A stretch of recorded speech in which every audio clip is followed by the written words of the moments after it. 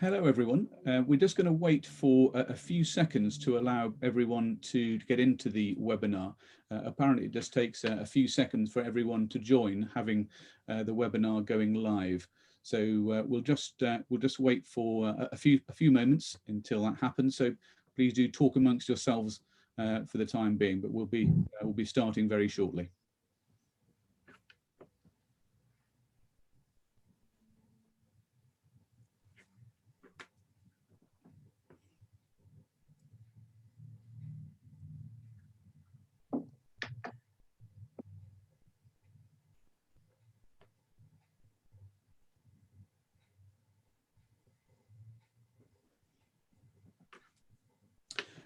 Brilliant. Well, I think we'll make a start, and hopefully people will be all logged in now. But a very warm welcome indeed to this webinar on the impact of AS tracking, as seen through the eyes of Beeds School, why they adopted AS tracking, how they embedded it across the school, and some of the issues and challenges they faced, and how they overcame them. But also, I think perhaps more importantly, the impact that they have seen from AS tracking, both in terms of the proactive pastoral support to individuals, but also in seeing trends within the school and how they've been able to respond to those, and also using the data to inform governors, inspectors, management and staff. Beeds have 3 schools across 2 sites, the pre-prep and prep or in Eastbourne, and the senior school in Hailsham at East Sussex. And I'd like to give a very warm welcome indeed, and my grateful thanks to 3 of their staff for coming this morning. First of all, Peter Goodyer, who's the CEO of the Beeds Trust and the senior school headmaster. Peter, I also believe that you are a lead ISI inspector, is that right? I do inspect for our ISI and do a range of other few bits and pieces. Excellent. Thank you. And we also have Alex Murphy, who's the assistant head, and one of her roles within that is to run the AS tracking. Alex also runs their renowned dance program and is fully involved in that as well. And also Annabel Hodge, who is the director of safeguarding across the whole trust. So that's from ages 3 right up to 18, which is over 1,000 pupils, which certainly keeps her very busy. I wonder, Alex, if you could just kick us off with just a quick overview of the setup at Beeds and the pastoral structure. Absolutely. So we are an independent co-educational school with day and boarding pupils. We have a nursery attached to our trust as well. So we actually take from 3 months all the way up to 18 years old. In terms of our pastoral structure, I'm going to talk a little bit from the perspective of the senior school, which we start at year 9 entry. And we are run by a house system where we have 10 different houses that are gender different and of day and boarding. And the housemaster will lead a team of tutors. And every member of staff in the academic teaching staff will be a tutor. And so the teachers are also tutors who are then attached to a pastoral house, who are then line managed by the housemaster. And the pastoral senior management team sit on top of that, and that filters down. We also have a system where we have heads of year as well, who will look after the overall academic perspective of the child as well. So that then filters down into the tutors as well. So we kind of have a bit of an interwoven crosshatch way of delivering pastoral care at Beeds. So in other words, it's vertical and horizontal, isn't it? It's covering both. Exactly. And Peter, can you let us know where did you first hear of AS tracking? I can't quite remember. It was quite a long time ago, and I think it was through some work with AS tracking in terms of at the time when they were promoting it as a product. And I think how that then came about was then when I got to Beeds, was then working with Alex as things developed for us to then say this is something that we think we should implement at Beeds. But in the early stages, it was something which was met with skepticism. I think not at Beeds, but I think just generally it was something that. But there's no doubt that what I've picked up now is something which is very, very different to what I originally envisaged this was going to be able to do for us. And I should just point out that this is your 4th year of AS tracking now. So you've had that chance to sort of embed those roots a little bit further. So, I mean, just going back to that beginning then, Peter, what was the main reason you decided to take AS tracking on? The one thing that we believe so strongly in at Beeds is about proactive pastoral care. And you mentioned proactive pastoral care, Robert. But it's proactive pastoral care alongside proactive safeguarding. And I think it's really, really important that we take those two things as being worked together. We're able to much better protect to safeguard children if we've got a proactive pastoral care program. But not only is that important, pastoral care is central to how a child will react in the classroom and how a child will react on the stage, on the sports field, in any activity that they might be doing, because they feel that they're in an environment that cares deeply for them, that supports them, and that will ensure that they are looked after and monitors closely their pastoral well-being. And that was really the grounding for what I wanted for us.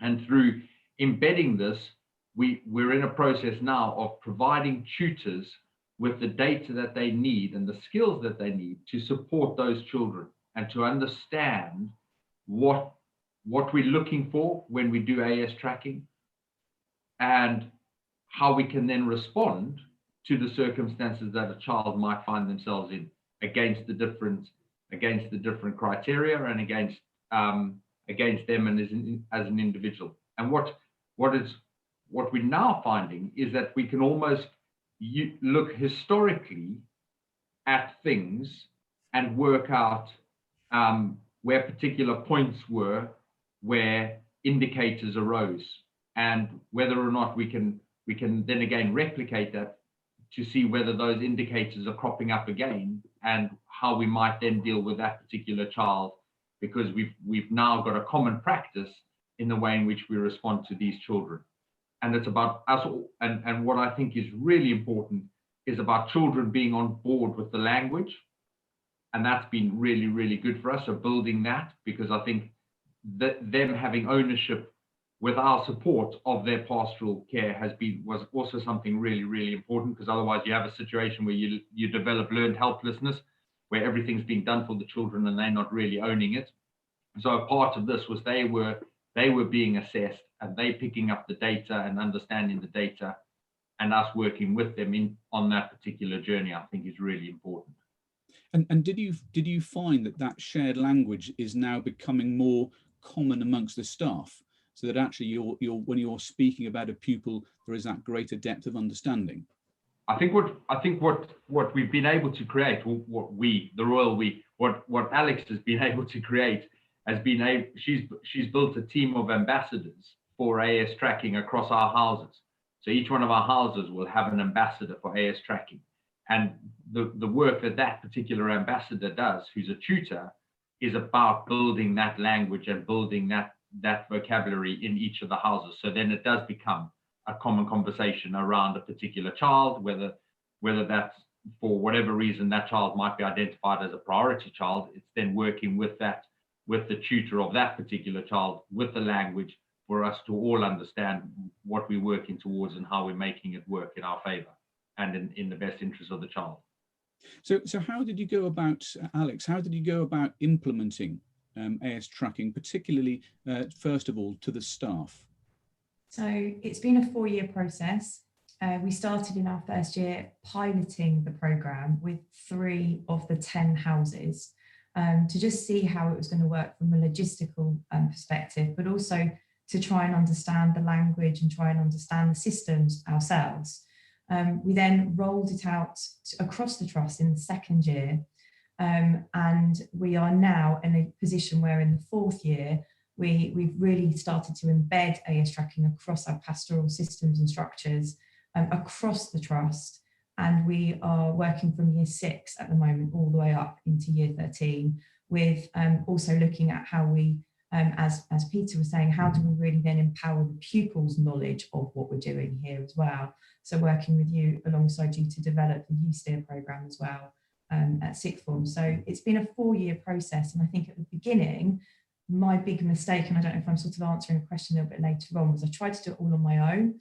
I tried to do all of these different things, to run all of the different programs and all the different assessments, and have all of the different discussions with each of the individual housemasters and help them with the AS tracking action plans. And actually what I wasn't doing was empowering our amazing team that we have at Beeds to really get to grips with this information themselves. So over the last 2 academic years, we've asked the staff body to say, as part of your house development plan, as part of your, performance management as a tutor, who would really like to get a little bit more involved in AS tracking? Who would like to really understand this a little bit more in depth? And we had a volunteer from every single house that said, yeah, I would like to do that. And so we called them an AS tracking ambassador. And it's really helped me to filter down the information. So it's not just myself that becomes really skilled in this, it's everybody that's become really skilled in this, to the point that this year, probably due to lockdown, we've actually run the assessments via tutor group rather than as a house or as a system when they were all coming in large groups on computers. The tutors are now running the assessments in their small groups of 10, which has really empowered the tutors as well.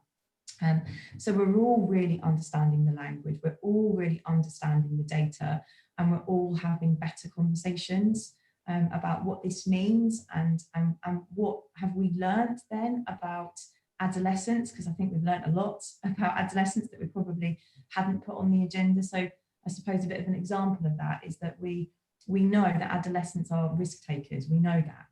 But what we didn't know was that adolescents are low self-disclosures, and now we know that.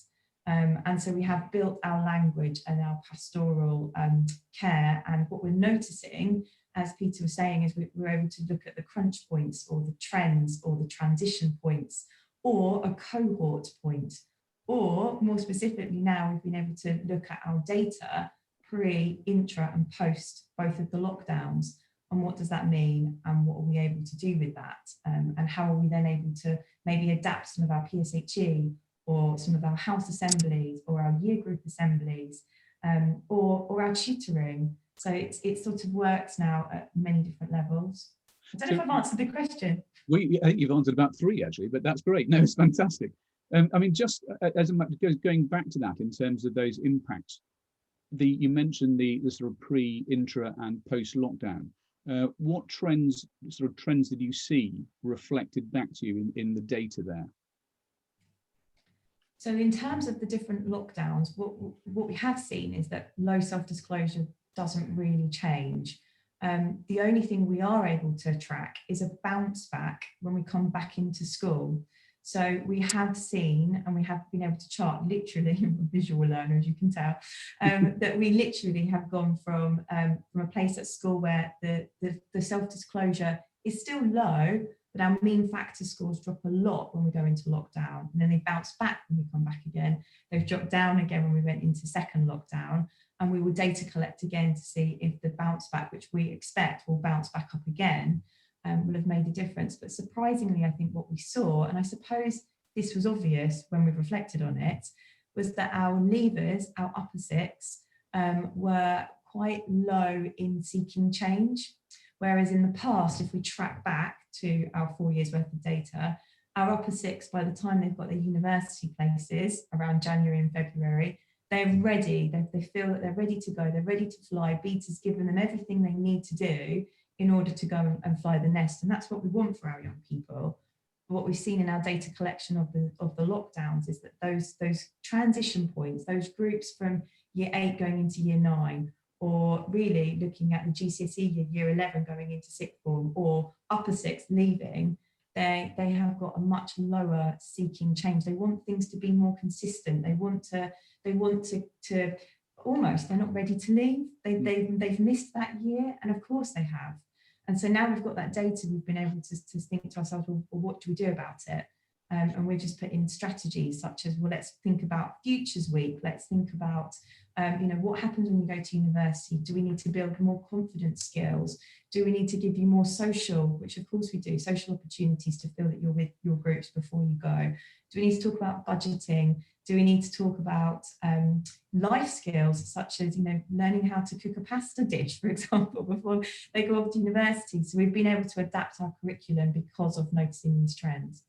And I suppose in some ways your leavers haven't enjoyed, have they, the opportunities to be at the top of the school, and now they're already looking at leaving without having sort of really enjoyed that role that they would normally have, which has been quite hard. But I mean, it shows, doesn't it? It shows great credit to the school that actually you do see that bounce back when they return, and it shows that the signposting and scaffolding that you put in place and the culture has that positive effect, which must be very encouraging for the staff. I have to say that's the one thing that I think we didn't realise AS tracking had the power to do when we first went into this. I think we all thought, great, we're going to find some data, some quantitative data to give me evidence of what maybe I instinctively know. That's how I came into this, thinking, great, I'm going to get this quantitative data. But what I didn't really think about was that we're also going to get a lot of evidence to show when things are really excellent and when we've made improvements, and to demonstrate what we're doing brilliantly, and then to maybe stop and think, well, why? What is it that we've done? Can we share good practice amongst the houses or across the houses or in particular tutor groups or particular year groups? And can then the houses reflect on that and go, actually, we did do that one action plan and we really concentrated on that. And in the next data collection, oh my goodness, look at the significance of that. Look at how that has changed my whole cohort data. And that's given them the confidence to, again, going back to house development plans or performance management, or, just evidencing what they are doing really, really well. And that's something I don't think we realised the power of what we could be doing here as well. Yeah, I think that evidence is important, isn't it? And I think that positive evidence to feed back to staff actually is crucial, isn't it? Annabel, just coming to you for a moment. Obviously, in your sort of key role as safeguarding, I know, having talked to you before, that you were perhaps slightly cynical of AS tracking to start with, and obviously you aren't now. Can you just talk about your role, particularly in AS tracking, and how you sort of came on board, and how you use AS tracking in your particular circumstance? Yeah, no problem. Well, Alex obviously introduced me to AS tracking, and like you say, Robert, yeah, I was a little bit cynical because I've used kind of other tracking things in other provisions, but I think one of the big differences here at Beeds is that we are all talking about it. So just prior to this, I was talking with our prep school colleagues, and we're talking about cohorts of children around disclosure. So it's certainly part of our common language. And I suppose one of the most important things is that within our AS tracking, what we do is that we link it to our My Concern system.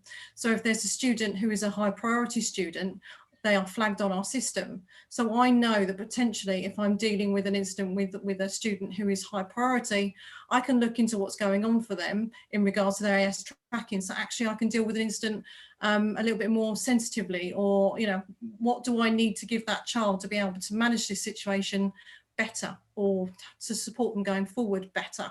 So that's really important. As Alex says as well, around kind of looking at cohort data, that's helped us look at PSHE programs, and it's also helped us to look at certain aspects of transition, actually, from prep schools to senior school, and kind of what the difference is between that. I meet with the housemasters, on a fortnightly basis. This is language that we're using. We are talking about, their students, individually and as groups. And like I say, it's certainly part of everyday common language with us all. I met with parents last week, and they were talking about their son. And I said to the tutor, I said, Is he an overregulator? They said yes, and we described that during our meeting with the parent, and we could explain what that meant, and we could support them with that.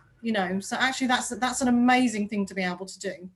AS tracking has opened up opportunities for our young people to talk as well.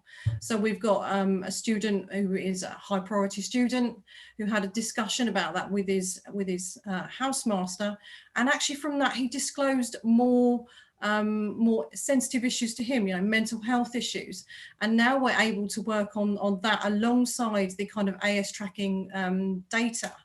So we're working on self-compassion and looking at perfectionism and all those things that this young man was struggling with, but actually probably wouldn't have come up unless we'd had a discussion around this certain area. So it kind of feeds into everything that I'm doing, but also, like I say, and as Pete and Alex said, it's so important to be looking at proactively for them.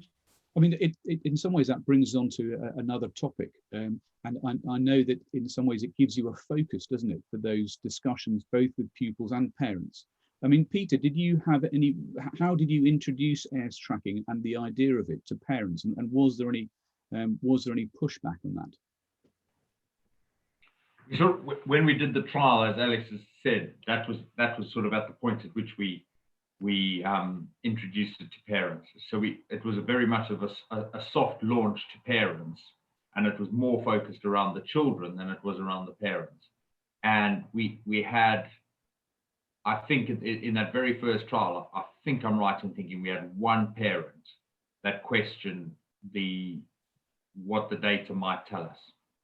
And it's then been just a case-by-case basis. We're talking to and working with parents in terms of understanding as Annabel has said, understanding the data, rather than rolling it all out to them or giving them a huge amount of information which might not necessarily be hugely helpful to them because they don't understand it necessarily in the same way. But a part of it is that education, and it's the education of the child, and then the education of parents to understand what it is that we're working with, and how that is helping us to support the child. And when you get parents working with us, and hopefully in time the idea of having pupils having ownership of their own information via an app or some other immediately after doing tests and those sort of things, will then allow them to engage not only with us, but also possibly engage with their parents in those conversations about what that's saying about them based on what they've learned in school around the data and what that all means.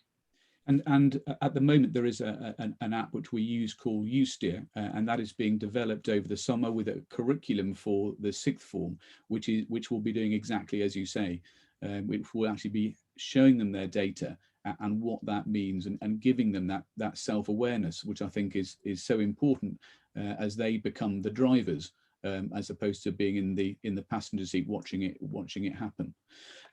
Just very quickly, I wonder, Fiona, we've got a couple of polls to share with the audience. I wonder if we can perhaps show the first question that we have, which you might be able to answer. So how did you first hear of AS tracking? And I wonder if you could just, we aren't able to vote on this, but I wonder if you could just click on one of those to see how you first heard of AS tracking. And while we're waiting for that, don't forget that there is a chat button at the bottom, and you can ask questions, which one of my colleagues, Trevor, is answering as we speak.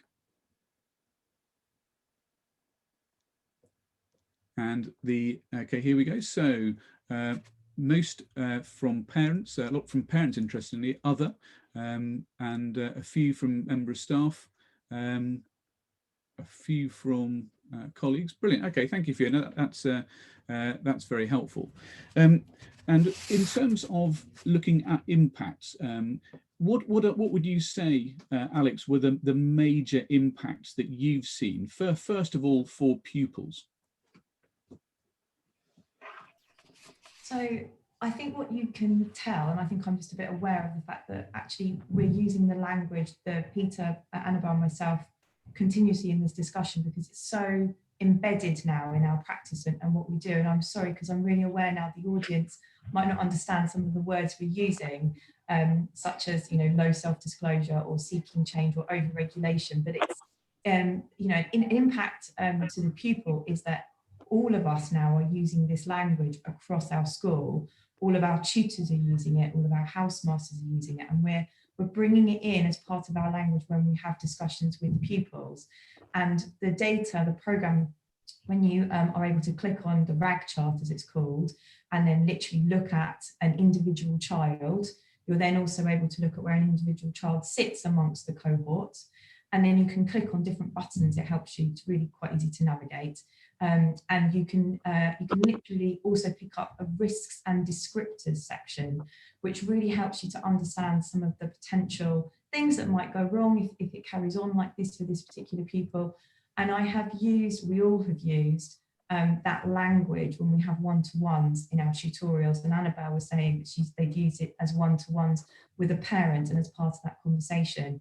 And each time I've ever used the language with a child or with a parent, I've always had, oh my goodness, you know me so well, you know, you really, or you know my child, you know, so well. And actually sometimes it's that parent might think that that their child tells them everything.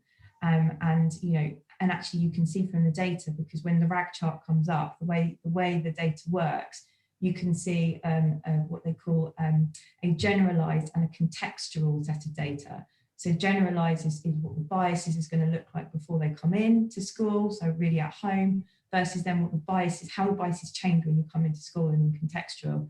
And so when you have a conversation with parents, I can see actually they have a very low self-disclosure at home. So when a parent says, oh, you know, my child tells me everything, you know, what we're able to say is, well, sometimes, you know, being a teenager, what we know is that actually sometimes they don't always tell us everything.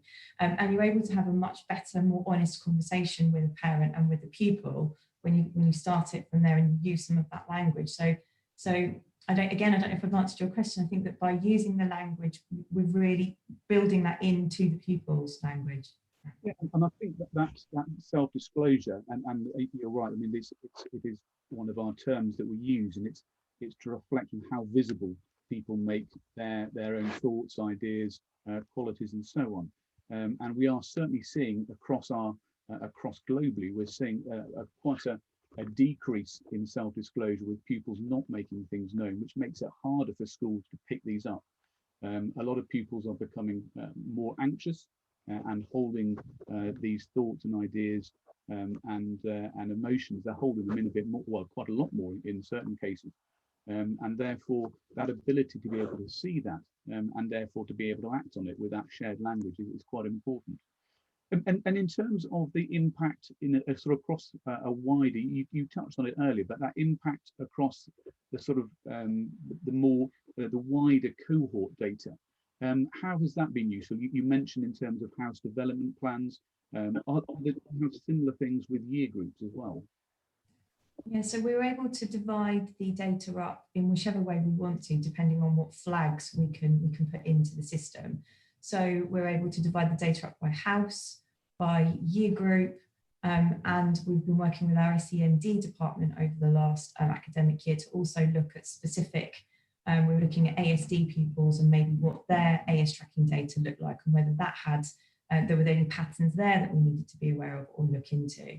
So we're able to do cohort action plans by whichever one of those things we decide to divide up by. We could even divide up by gender, or we could divide up by new pupils or by international pupils, or whatever it is, whatever flags we decide to put into the data, we can then divide up. And then if we've noticed patterns, which when you start dividing stuff up in all those different ways you do notice patterns, we're then able to think, well, what are we going to do about that information? I think that's what's really important with us, is that we think, okay, great that we've collected that data, but what are we going to do with it? We can't just let it sit there. We've got to actually really use it. And when we really switched our minds into thinking of it in that way, that's how we've become as proactive as we can. And I sit with Annabel on the DSL team, And so we're talking about individual cases of children.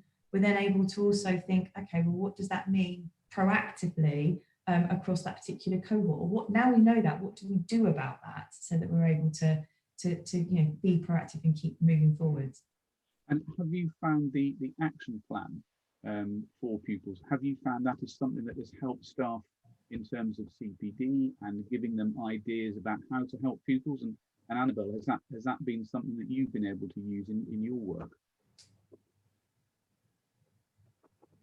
Alex, shall I go first? Yeah, absolutely. I mean, I've been able to use the action plans, like I say, specifically with some of the students that I'm working with. I will look at their action plans and kind of ensure that the work that I'm doing, if I'm doing anything specific with them, that actually I'm taking into account what that means. But usually it's more about the discussion between myself and their housemaster or housemistress and their tutor, really, about how they're implementing the things from that action plan. I think that's the most important, is that I can support the process going along, and I'll pick up on those things that potentially they can't do, you know, on a one-to-one with that student because of, you know, time or resource, because actually they're spending more time with the cohort, then that's fine. Then I'll pick it up kind of in that other separate way. And like I say, that's kind of when I was doing some of that work around the self-compassion, because it came out of a student who really needed that sort of support. In terms of CPD, when you click on the action plan as part of the database, and the rag chart, the data comes up and it says, you know, actually you need to specifically for this pupil look at low self-disclosure. And then you think, okay, well, what do I do about that? How do I do that? And then you keep clicking through and it gives you lots of different examples. And you have to, as a tutor, the most valuable thing is to sit and think, okay, well, what is it specifically about this individual child that maybe might be going wrong, or maybe I could be doing to support, or what are the reasons why this might be happening? And it's just that exercise sometimes of stopping and thinking and reflecting. And then you get to choose lots of different particular examples from the action plan.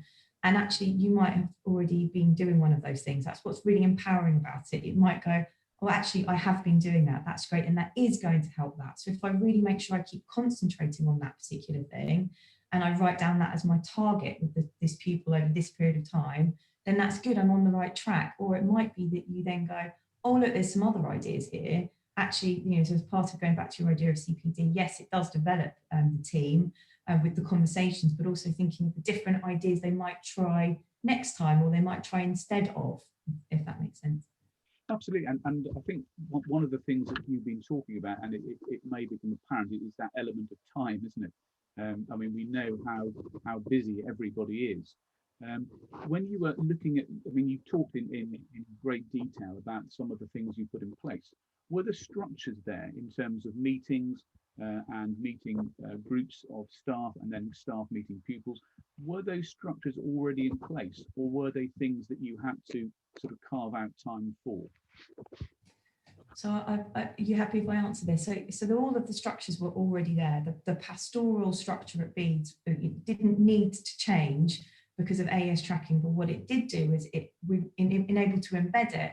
We made sure that it was part of an agenda on you know, an item on the agenda in our pastoral steering group, on our welfare meetings, in our housemasters meetings, so where the SMT will meet with the housemasters to deliver the messages, then on the housemasters teams in their tutor team meetings, and then in all of the one-to-ones that we have now. Pastoral steering group will include the PSHE lead, will include the chaplain, will include all of the different structures of house, so boarding houses, day houses, the welfare team, the school counsellors, the health and wellbeing team. So all of those people who have direct impact and who are really working with those children are all talking about AES tracking. So it was there, we just needed to add, first of all, an item on the agenda to remind us to all make sure we were bringing it up.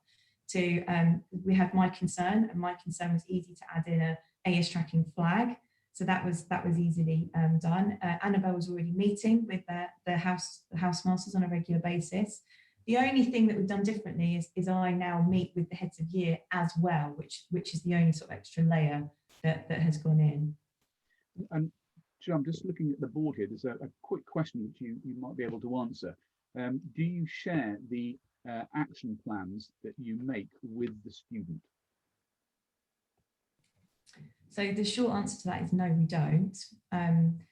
But it depends. So I can think of, I've been doing this for 4 years, and there was once that I did share the action plan, but not as in I didn't show her the document, and I didn't say what I was doing in terms of, you know, what the target was, but I was sharing what I'd said I was trying to do. So this particular example was for this pupil to identify when she had moments in her room that she was boarding where she didn't get on with her roommates, and maybe where she was becoming a little bit more aggressive than she could have been. And so I talked to her about that and why we might want to identify that and how that might make other people feel. So she knew that we were talking and I was looking, and we were, you know, trying to talk about these moments that she'd come across these feelings, but I didn't say, I'm writing an action plan on you, this is the document and let me show you.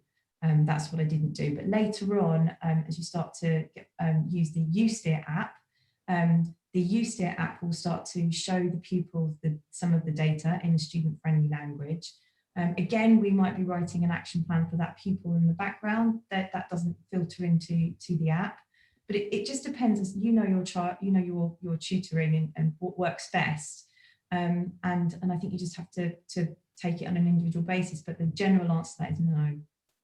I suppose it gives you that more focused time, doesn't it, with your tutors or indeed with parents, in terms of what you might be discussing and what things you can put in place.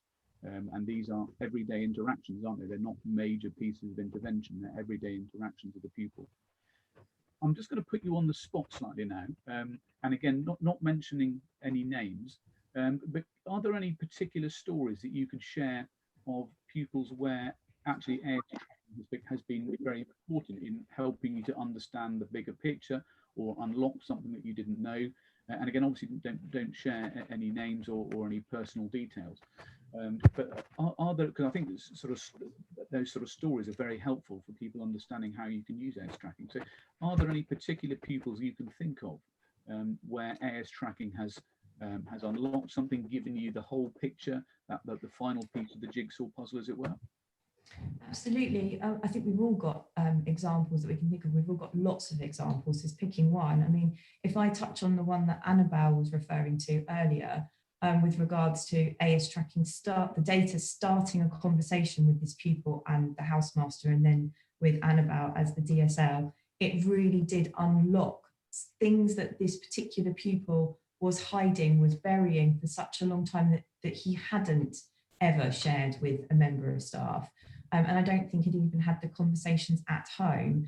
And so it really did give the final piece of the jigsaw puzzle with regards to helping us pastorally help him. And what's really interesting about this particular case study is he was selected as a school prefect recently.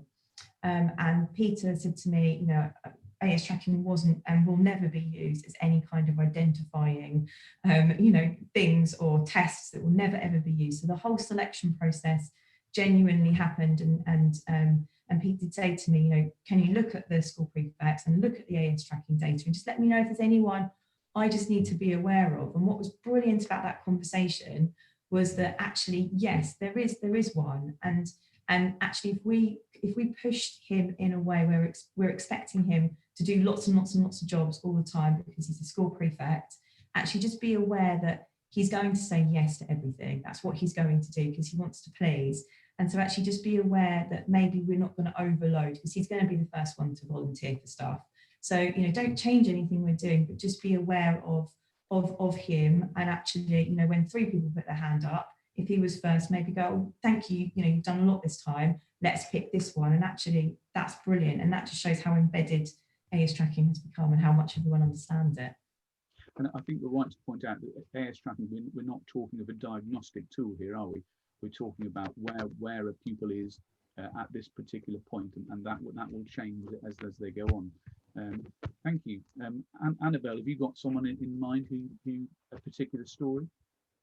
Well, I think I just kind of want to carry on with what Alex said. So about that specific student. So like I say, I became involved because there was a bigger context around him and what has been going on for him. But the bit that I want to kind of pick up on was about the prefects. So actually, since meeting with this one young person, I've actually met with 3 or 4 other prefects or heads of houses now to talk about their role, but to talk about the impact that that can have on them. And the only reason that I'm sitting talking with them is because I want to make sure that they are looking after themselves as well as looking after the school. And actually, because I kind of know where they sit within the AS tracking, because I kind of know what sort of young person they are, and they all want to strive and do amazing things for us, I know that sometimes they'll forget about their own well-being. So that's kind of really been so powerful, is to have a conversation without them really knowing why I'm doing it, but actually I'm doing it for their own benefit. And to also, but one thing that's quite unique is that I won't then sit in front of them during any sort of lesson. So I can sit outside, I'm a real neutral party to them. So, you know, that my conversation that I have with them won't go back to their head of house or Mr. Goodyer as the head of school. I can kind of play it absolutely about looking after them, and actually it's a safe place to have that conversation. But like I say, but then knowing about, you know, over-regulation or what they're going to disclose to me, and I can say to them, I know you're not very good at sharing when things are getting too much. So, and also you don't want to let people down. So come and have that conversation with me, and we'll go from there. If I can just add in there and be really, really honest with everybody. This is obviously our 4th year in the AS tracking, and the reason that we've picked up this particular pupil is because he had a very similar set of data to a pupil right at the beginning when we started AS tracking, who had a very similar set of data, and we didn't do anything about that data. We didn't put in an action plan. We didn't have these kind of conversations. And for that particular young pupil, things went quite drastically wrong later on down the line. And so part of our AS tracking, you know, and embedding this is not just learning what's great about it, but learning from mistakes and then identifying when there's particular patterns and some of these case studies, you know, of welfare issues that we all have in our schools have gone wrong. What can we learn about that? And are there pupils then who have similar data coming through and coming up that we can then stop, look, reflect, and put in the action so that hopefully this young man has got the support he needs, rather than the young man who had a very similar set of data and was doing brilliantly on the surface, absolutely fantastic, and then everything went completely wrong, you know, crashed later on. So that's why we put, you know, I think we all think of this particular pupil because it's been a great success story in that sense. Just to change tack slightly, Peter, can I come back to you and just ask about, in terms of the data, in terms of how has it helped you in terms of your dialogue with governors? So I think it has, and I think it's assisted in a couple of ways. I think we've used it actively with regards to inspection, and I'll talk about governors in a sec, but it's helped with inspection because it's about supporting children in terms of that personal development and their outcomes. So I think we can see, and once the data is embedded, it allows you to see a child's progression, that where they've moved on the scale, as it were, and how the things that we've implemented, action plans that we've implemented, have supported a child. And so yes, we're contributing to that. It's then knowing what that means to the child, and for the child to understand that actually their outcomes have improved pastorally because of the actions that we don't necessarily share with them directly, as Alex was saying, but it's a part of that. So I think that's quite important, and that affirms for us the processes that we are taking. What is also quite important, and this is across things like inspection, but also with governors, is when we're talking about strategic planning and consideration of curriculum change and all those sort of things, it helps us to inform how we might be taking things forward, like PSHE, how we are using tutor time. Because if we find that in year 9 girls, there's a real issue with self-disclosure, that actually we can put a plan together around the curriculum around PSHE, which can work as a cohort, rather than on an individual basis, and there will be an individual basis linked to this, but on a cohort level, we can put in place a structured plan across the year to try and tackle that issue around self-disclosure. And that works quite nicely. And then being able to talk to governors within education committee about why we've taken the decision that we've taken to do that, and why that's a change to what we were doing, and why is that a slight anomalous decision, what might appear an anomalous decision out of kilter with what's happening elsewhere. We say we're doing it because of this particular reason. And to underline that, it was important to have an opportunity to put Alex in front of governors, to present to governors, so governors have an overarching understanding about what AS tracking is. Not necessarily the nuts and the bolts, but just understanding the strategy that sits behind our approach to AS tracking. And that's been really important. So it's that evidence that you have, isn't it? That and that in sort of in data form, which is very handy. Yeah. But I think what I would say is, and Alex has mentioned it, and Annabelle's mentioned it. It's the thing that informs the conversations that we have, and we are still fundamentally clear that the human relationship is first and foremost. We can be more directed and clearer about the agenda of a conversation based on the evidence that, Robert, that you were just mentioning.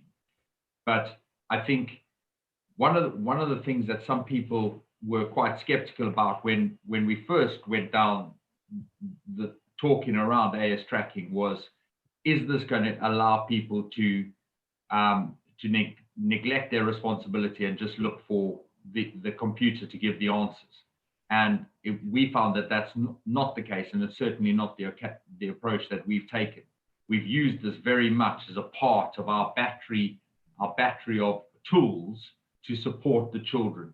But it comes back to, as Annabelle said and Alex has said, it's around the thing that informs our conversations. And then as Alex said, for our internal purposes, we are able to then track how that's influenced the child. That final piece of well, not final, but it's that piece of the extra piece of the jigsaw puzzle. Exactly right. And it's that innate pupil voice that you were getting feedback from. Talking of pupils, I've had a question just coming through, because we've looked at how you introduce it to staff and parents. In terms of introducing it to pupils, the question here is, did you get or do you find any pushback from students in terms of feeling that the system is intruding on their privacy? So over the 4 years of doing this, I've had a handful of pupils, just like there has been even less than that with regards to parents. And I talk to them about why they feel like that. And normally they've misunderstood what this is about. So, the key is making sure the message from when we're about to do the assessment is right, is consistent, is key. And then if the pupil still feels upset by that or worried by that, we don't ever say to them, this is compulsory, you will sit there and you will do that. We absolutely give them the option. And over the 4 years, there has been 2 pupils that have said, okay, I'm not going to take this test. And I said, that's absolutely fine. And then we've spoken to them and we said, look, this is the kind of thing we're talking about. And when you say to them, you talk about the language that in a way that they understand. So for example, we're just trying to work out, whether you are going to, always trying to talk to them about, perfectionism, and whether they are going to, how much they're going to really tell people about what they're really thinking or feeling. Are they able to share that with a close group of people, or with a larger group of people? Or when you really sort of talk to them about what it means and what we're measuring, then they understand that it's not at all intrusive. And so, like I said, we've got a big cohort of pupils. Over 4 years, there have been 2 pupils that have decided not to take part in that. And actually, interestingly, one of them only decided once not to do it and has been doing it happily ever since. And I think, I can point out to those people who are listening that on the platform, there is quite a big bank of resources, aren't there, in terms of how to get that message across to pupils. in terms of an animation which we show, and then suggestions for how to introduce it, and also a sort of FAQs for staff if pupils ask to see their data, and I think the support as much as we can is there, and every school has a consultant to whom they can talk and ask those same questions about. I've had a question from a pupil such as this: how would you best go about answering it? And the resources would usually be able to do that. I'm very conscious of time, and you've been extremely generous with your time. Can I just go around each of you, just asking one final question? What one piece of advice would you give to someone who was taking on AS tracking from the beginning? Well, let's start with Annabel. I would say, like I say, being a bit of a skeptic myself, that actually that this really can inform really good discussions with your children, but actually with your staff. And like I say, that common, I just think that common language, and for you to start actually putting some of that together, I just think really helps. You know, using words like over-regulation or low self-disclosure fits in so well, especially in regards to safeguarding, fits in so well with that area, that actually just believe in it. But also when you feel that potentially that your data maybe challenge your data as well, actually there might be a child that kind of is outside of what you think that looks like, so you can still have another opinion on that young person, but it really does kind of steer you in a way that can give the young person the best support at the time. Alex? So for me, when you get the data, there's so much there, and you get a bit excited, or I get a bit excited when I see it all, and I think, oh, there's so many different things I could do and so many different routes I could go down. And my one piece of advice is to pick one thing and do one thing really well, because you get the most amazing impact when you just pick one action point, concentrate on one thing, and then you get the next data collection. You can see if that one thing has made an impact. And what I would say is, when you've done that one thing, it will inadvertently have an impact on all those other things. Yeah, I think that's very true. One in a student's life, one small thing can make a difference across the board, can't it? And finally, Peter. I'm just going to say, back your team. From my point of view, the most important thing is to support your team, to believe that what they're planning to implement is going to work, and you've got to just empower them to make it happen, and you've just got to give them the opportunity to make it work, and give them all the support that one possibly can to ensure that, because fundamentally I know why it works so well, but they need to be clear in their mind that those conversations that they're having with parents, when they're talking to governors, when they're talking to colleagues, when they're talking to pupils, that they're backed by myself. And I think that's crucially important. Thank you very much indeed, Peter, Alex and Annabel, for spending this time going into what you're doing and how you're doing it so brilliantly. And I hope for those who've been listening, it's given you a flavour really of how AS tracking can have an impact in your school, both individually, but also across a cohort, and also strategically. But I hope this has been helpful. Thank you very much again to all three of you for joining us today. And we hope to see you all again soon. But thank you very much. Pleasure. Thank you very much, Robert.